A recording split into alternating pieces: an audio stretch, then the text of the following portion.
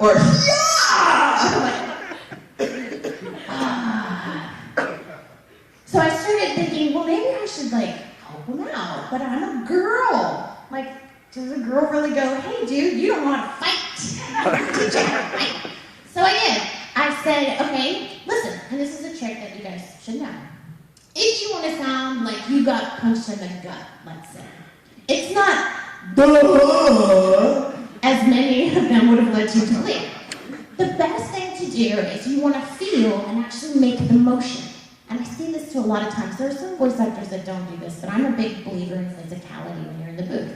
Like if I get slapped, if I just go, or if I go, it's going to sound different, and you guys are going to believe that I got slapped as opposed to just sitting in front of a microphone going, you know what I mean? So plus, for me as an actor, it helps to kind of act out what's happening on screen. So I would tell the guys, make your gut go in.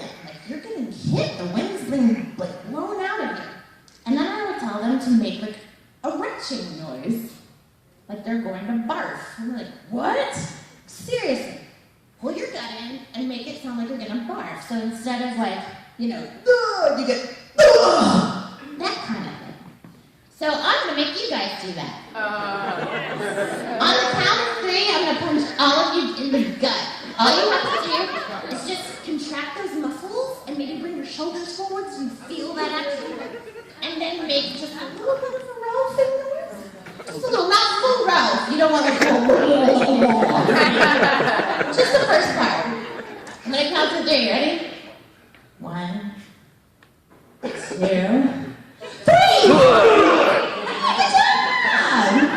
You're so dainty. I love it. She's like, oh. I would never punch you. I'm so sorry.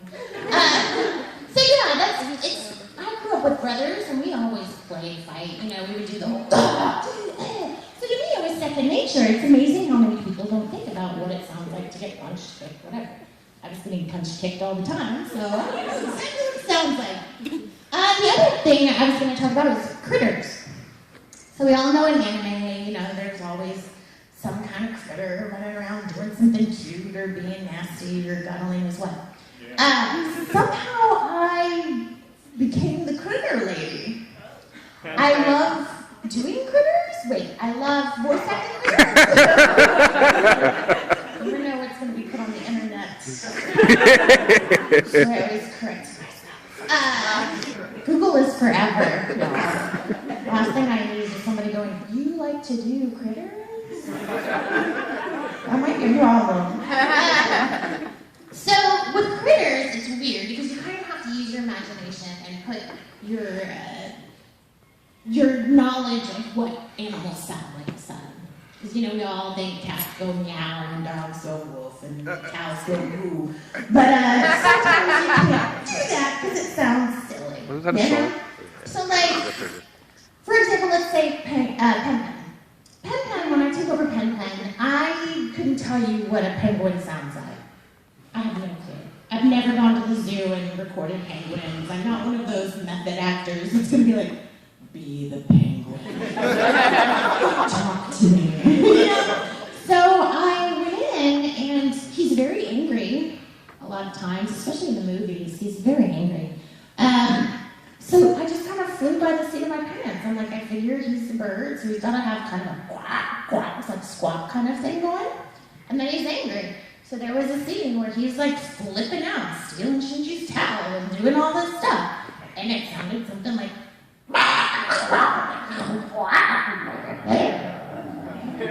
do penguins growl? Probably not. But it worked in the scene and it fit his face, so it fit it. Or somebody like Karu in One Piece, the big duck that Kaylin rides around on. I also played Tashigi, so I do have lines, but I played the duck first. The duck, okay, so Karu is a big giant duck and has all this stuff. So normally he sounds something like, wah! Not quack quack, because that would sound weird. Plus his lip flaps are always like, wah. You can't really go quack. That sounds really stupid. So I would always make him do the big quack, quack, quack. But then, when the princess was sitting on him, Not that she's a heavy gal, but there needed to be some difference in the voice to show the exertion of carrying the princess. So it would go from like to back in the back of the throat, just to show that I was carrying a princess. Weird the things you have to think about now. There was one time, I tried to explain to somebody was asking, like, what do you need to know in order to be an anime voice actor? So I was like, improvisation is the best skill that you could probably learn as an actor, to be an anime voice actor. Because I one time went into the studio at ADV, we were working on a show called Lucio and Toro. And Dave Williams looks at me and he goes, okay, you're a river weasel spirit who takes the form of a hot lady. Okay, so I'm a lady, river weasel spirit, you're with me. She is pinned under a car. The car is on fire, and there's an avalanche. Good. She's having a bad day. Am I pinned under a river weasel spirit? No. Am I a hot lady? I don't think so. Am I pinned under a car? No. Is it on fire? No. Have I ever been in an avalanche? I live in Texas. We don't even have hills. We have overpasses, and that's it. So, I mean, it's one of those things where you just have to go and you have to make it up completely.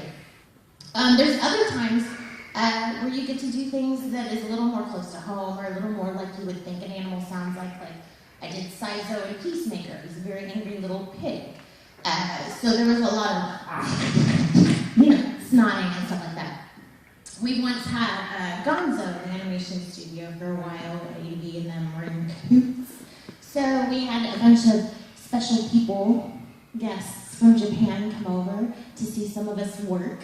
And they went in and saw Lucy Christian do some very dramatic monologue. And they watched Christopher Patton do some very dramatic monologue. And then they came into our booth and they were like, this is Monica Rial. She's one of our most prolific voice actresses. You want to show them what you can do. It was Peacemaker. Hi, nice to meet you. Konnichiwa.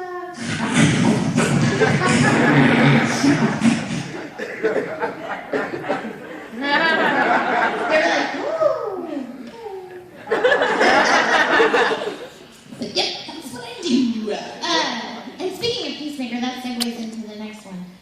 For some reason, there are a lot of mutes in anime, and I've kind of cornered the market on mutes. You wouldn't think, right? You wouldn't think mutes would be a voice actor. I did, at this point, I think it's 4 or 5 different mutes, but each one had a different reason that they were mute. So in Peacemaker, I played Sizo the pig, but I also played Saya, who is a mute for psychological reasons. Something happened to her way back in her past that made her decide not to speak again. So that mute, as compared to in Girl Power, I played a little girl who was deaf and mute, so she would sign and make exertions when she sang. Different kind of mute. Then, in the show called Hugo the Negotiator, I played a mute whose tongue had been cut out. Different kind of mute, right?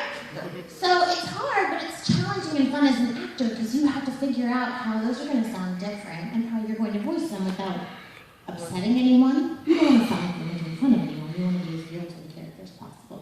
So those are always difficult. So we did mutes, crying, punching. I think that's pretty much it. What time was it? 10:50? Shut up. That might be the fastest I went through all of that. Maybe you need to do it when you're asleep more often. Oh. Wow.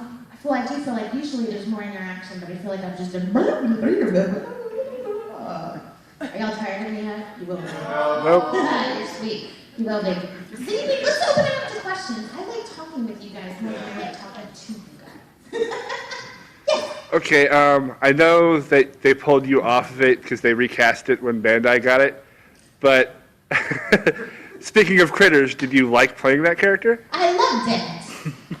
For those of you that don't know, Gurren Lagann actually was recorded at ADV first.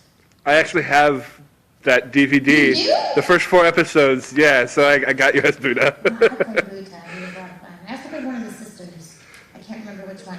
But yeah, that was a weird time. Like the anime industry went through this period of like, boo.